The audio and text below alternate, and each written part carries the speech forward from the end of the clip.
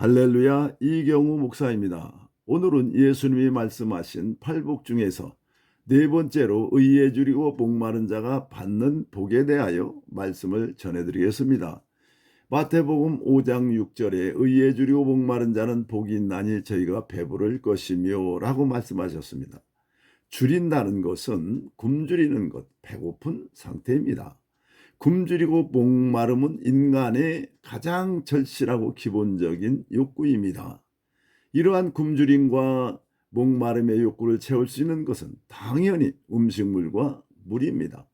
이것은 생명을 유지하고 더 나아가 건강을 지키는 데 없어서는 안 되는 필수품입니다. 그러면 구원받은 사람이 영적인 생명을 유지시키고 그 생명을 풍성하게 하는 것은 무엇일까요? 바로 의입니다. 하나님은 배가 고프듯이 의가 고프고 목이 마르듯이 의를 목말라는 사람에게 배부르게 채워주신다는 것입니다. 영적인 생명을 풍성하게 하신다는 것입니다. 자, 그러면 의는 구체적으로 무엇일까요? 의는 하나님의 생명에서 나오는 하나님만이 가지고 있는 고유한 성품입니다. 사탄의 본성은 죄와 사망입니다. 그런데 의인은 죄와 사망과는 정반대되는 것으로 하나님 앞에 나아갈 수 있는 자격 조건이며 하나님 앞에 나아갈 수 있는 힘, 능력입니다. 그러면 이 의인은 어떻게 얻을 수 있을까요? 예수님을 믿고 받아들이면 의를 얻습니다. 로마서 3장 23절에 모든 사람이 죄를 범하였음에 하나님의 영광에 이르지 못하더니 그리스도 예수 안에 있는 속량으로 말미암아 하나님의 은혜로 값없이 의롭다 하심을 얻은 자 되었느니라. 모든 사람이 죄의 본성을 가지고 태어나서 죄와 사망 가운데 삽니다. 그러나 예수 그리스도를 믿으면 사망에서 해방되어 영원히 삽니다.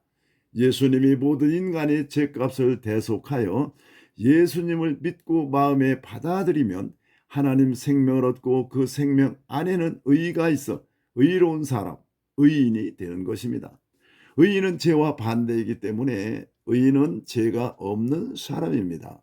그렇다고 죄를 짓지 않고 산다는 말이 아니라 죄를 지어도 다 용서받고 죄성이 없는 새 생명을 가진 의인이라는 것입니다. 이와 같이 의인은 예수님을 믿는 즉시 우리 안에 들어와서 의인이 되게 하고 신앙이 성장함에 따라 의가 점점 쌓이게 되어 죄와는 멀어지고 하나님과는 가까워지는 것입니다. 그러면 의인인 우리가 의인답게 살아야 하는데 어떻게 사는 것이 의인답게 사는 것일까요?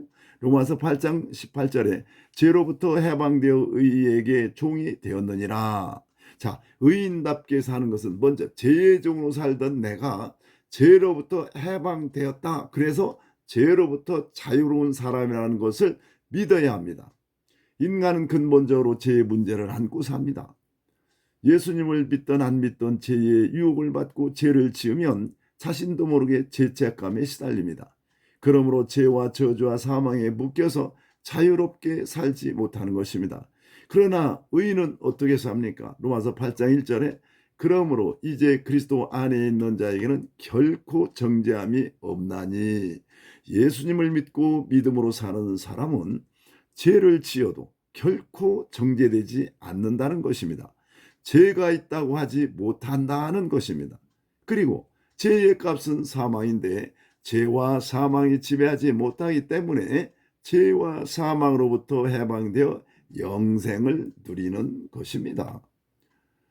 우리가 세상에서 죄를 지으면 검사가 재판에 기소하듯이 영적인 세계에서도 인간이 죄를 지으면 검찰 역할을 하는 사탄이 재판관인 하나님께 기소를 합니다. 즉 참소를 합니다.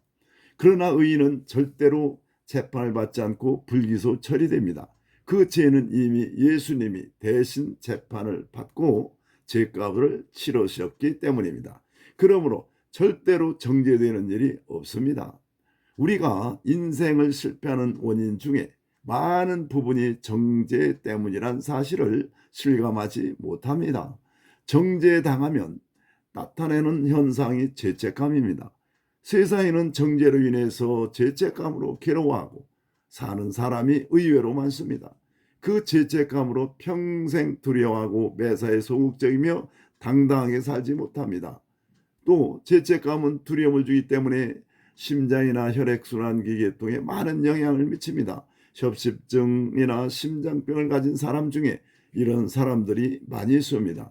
뿐만 아니라 죄책감은 자신을 정죄하여 열등의식이나 패배의식으로 나타날 수 있고 수치심으로 나타나 비굴해지거나 반대로 공격적인 성품이 될 수도 있습니다. 그래서 마귀의 공격 대상이 되는 것입니다.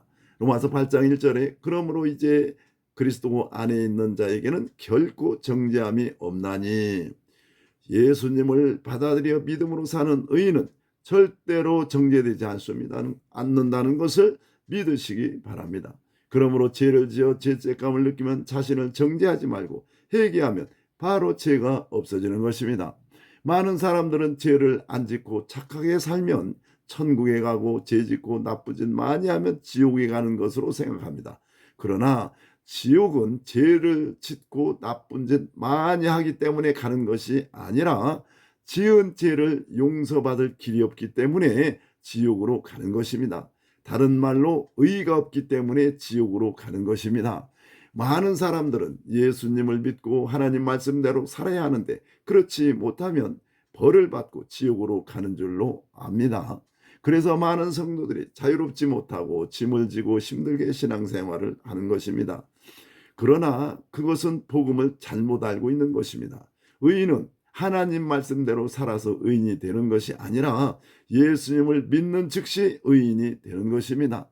그래서 의인이 된 내가 하나님 말씀대로 살지 못하면 가슴 아파하고 회개하는 것입니다. 그러면 성령이 의의 길로 이끌어 가시는 것입니다. 하나님의 말씀을 지키는 것은 인간의 힘으로 할 수 없는 일입니다. 그러므로 내 힘으로 말씀을 지키려고 하면 실패할 수밖에 없는 것입니다. 그럼 어떻게 해야 합니까? 먼저 나는 의인임을 믿고 죄에 대하여 애통하면 의의가 많이 쌓이고 의의가 나를 지배하기 때문에 자동적으로 말씀대로 살게 되는 것입니다.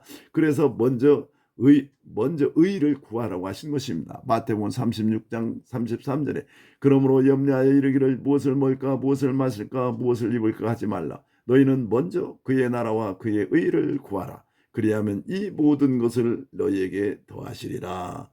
하나님은 우리가 살아가는데 가장 중요하고 우선되어야 하는 것은 하나님의 나라와 의를 구하는 일입니다.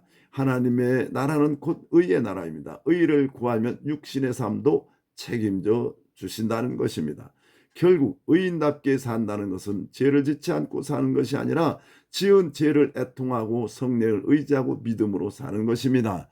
두 번째로 의인답게 사는 것은 하나님께 담대히 나가 예배해 놓으신 축복을 누리는 것입니다. 우리는 그 어떤 것으로도 하나님 앞에 설 수 없습니다. 하나님 앞에는 오직 의만 통합니다. 의를 가지고 설 때만이 하나님이 받아주십니다. 히브리서 4장 16절에 그러므로 우리는 긍휼하심을 받고 때를 따라 돕는 은혜를 얻기 위하여 은혜의 보좌 앞에 담대히 나아갈 것이니라. 의를 가진 의인인 우리는 하나님 앞에 당당하게 나아가 하나님과 교제하여 친밀한 관계가 될수록 하나님이 놀라운 은혜를 부어주시는 것입니다. 시편 34장 17절에 의인이 부르짖음에 여호와께서 들으시고 그들의 모든 환난에서 건지셨도다. 의인이 하나님과 교제하여 드리는 기도는 강력한 힘이 있습니다. 하나님의 뜻을 행하고 축복을 누릴 수 있는 강력한 능력이 있는 것입니다. 그러므로 환난 가운데서도 하나님을 찾고 찾는 자는 누구든지 만나주시고 환난을 면하게 하시는 것입니다. 시편 34편 15절에 여호와의 눈은 의인을 향하시고 그의 귀는 그들의 부르짖음에 기울이시는도다. 그러므로 의를 가지고 있는 여러분은 당당히 하나님을 찾으시고 그분이 예비한 복을 구하시고 누리시기를 축복합니다. 마태복음 33장 36장 33절에 그러므로 염려하여 이르기를 무엇을 먹을까 무엇을 마실까 무엇을 입을까 하지 말라. 너희는 먼저 그의 나라와 그의 의를 구하라. 그리하면 이 모든 것을 너에게 더하시리라. 의를 구한다는 것은 하나님의 성품으로 살기를 사모하는 것입니다. 예수님의 마음으로 살기를 사모하는 것입니다. 예수님을 영접하여 의인으로 거듭난 여러분은 삶의 최우선으로 하나님의 의를 구하심으로 하나님께 영광된 삶이 되고 삶의 피로도 채워지시기를 예수님의 이름으로 축복합니다.